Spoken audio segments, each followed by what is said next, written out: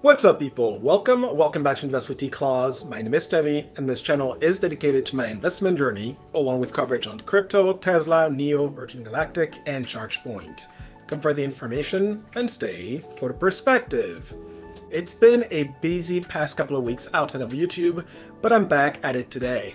It's probably a good time to point out that you can always check out my community wall under the post tab that you can see here. This is where I'll be notifying you all if for any reason I need to miss my Sunday upload. I'll start utilizing it more often to highlight upcoming video topics as well. So if it's going to be about Virgin Galactic or ChargePoint or any of the other topics that the channel covers. Last commentary here. We are falling behind on the viewing hours for the channel, so please make it a point to watch an extra video or two. Getting the channel monetized will make it easier for me to continue posting. So if you enjoy my content and find value in it, then please support the channel with extra viewing time over the coming month. Play the channel in the background if you have to. Everything helps. Over the coming weeks, I'll be reorganizing the playlist by topic so it's easier to watch or rewatch all the content by specific stocks.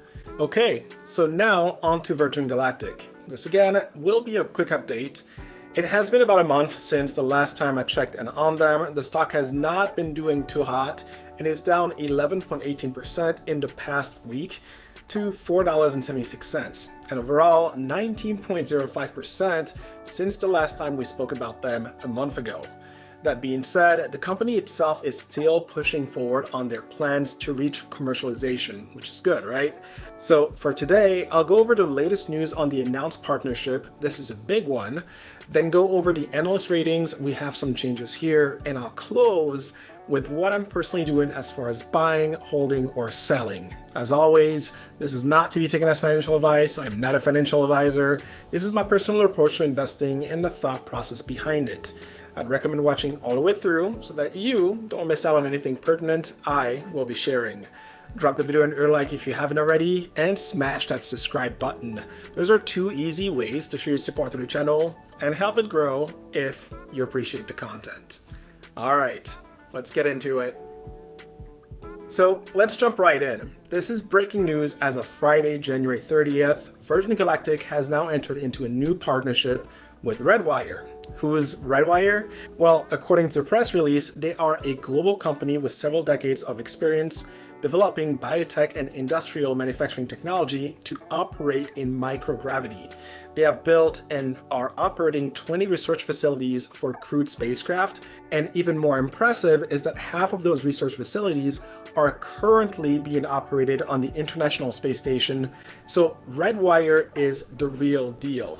And you gotta remember that Virgin Galactic actually generates more revenue by supporting research missions, like the one with the Italian Air Force from a while back, than they do when civilian astronauts are the only passengers on board.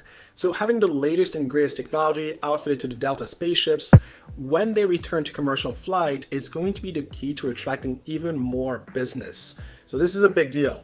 Virgin Galactic's Vice President of Research and Operations said, and I quote, "Our new state-of-the-art research platform designed for compatibility with longer duration space mission, locker standards, means that we can offer suborbital space labs suited for testing technology and research in preparation for orbital, lunar, or Martian missions."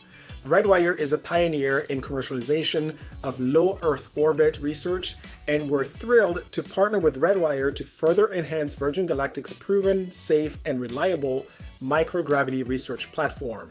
End of quote.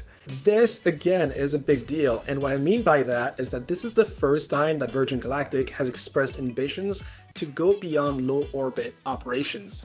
Now, it may not be right away, but they're clearly thinking about how they can scale their business and have even more attractive value propositions, right? And this is, of course, in response to President Trump announcing during his inauguration speech that the United States was not only going to the moon, but Mars was very much in the picture, right? So the bottom line here is simply this. This partnership has massive implications for years to come and for Virgin Galactic relevance as a space company. The stock price may not be doing so hot, but the company is absolutely driving in the right direction from a vision and strategy execution standpoint. Now, in all fairness, this all sounds great, but it will not do much for the stock price in the near term. And so as I look at the analyst consensus ratings, it supports that assessment. The consensus rating has been downgraded from a hold to now a moderate sell. It is still made up of 6 ratings, but the breakdown has changed. We now have 1 buy rating instead of 2 prior, no changes to the hold ratings with still 2, and the number of sell ratings is now 3 versus 2 prior. The high end of a range is lower at $9 versus $10 before. The low end is unchanged, still at just $1. The average price target has decreased from $6.75 to now $4.50. Essentially, more downside is expected near term. Personally, I fully agree that a near-term prospect for upside price action is limited. Every announcement that Virgin Galactic has released, whether it was a high-caliber partnership like this latest one here, or progress on Delta, well, it does provide more confidence that the company and leadership team have not given up and are very much focused on reaching commercialization. But as a small investor with limited capital, for me personally, it is still too early to pour more money into Virgin Galactic. Dilution, in my opinion, is very much still a risk here, and because Virgin Galactic does not have to worry about losing their stock listing privileges, right? Because we're still above the $1 mark, well, that means that there is still very much room for them to issue more shares to fund operations. And so while I support the vision and direction, that concern alone around dilution means that it is still too early for me personally to buy back in any kind of meaningful way.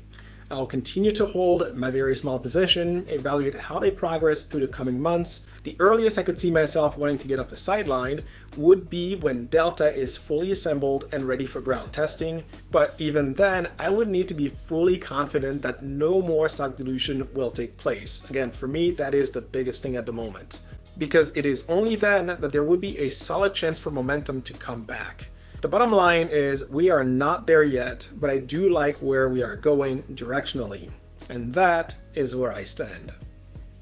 But on that note, that is it for me today. If you found value in my content and feel so inclined, check out the thanks button under the video. Remember to click the like button and share with others who you think could also benefit from it. For my newcomers, subscribe. It's free, and don't forget to ring the notification bell so that you too can stay in the know. I'll be back next Sunday for my weekly video and possibly during the week for an extra one. Till then, you can keep up with me here on X for crypto and NFT related news. Thank you for watching, stay humble, hustle hard, and I'll see you in the next one.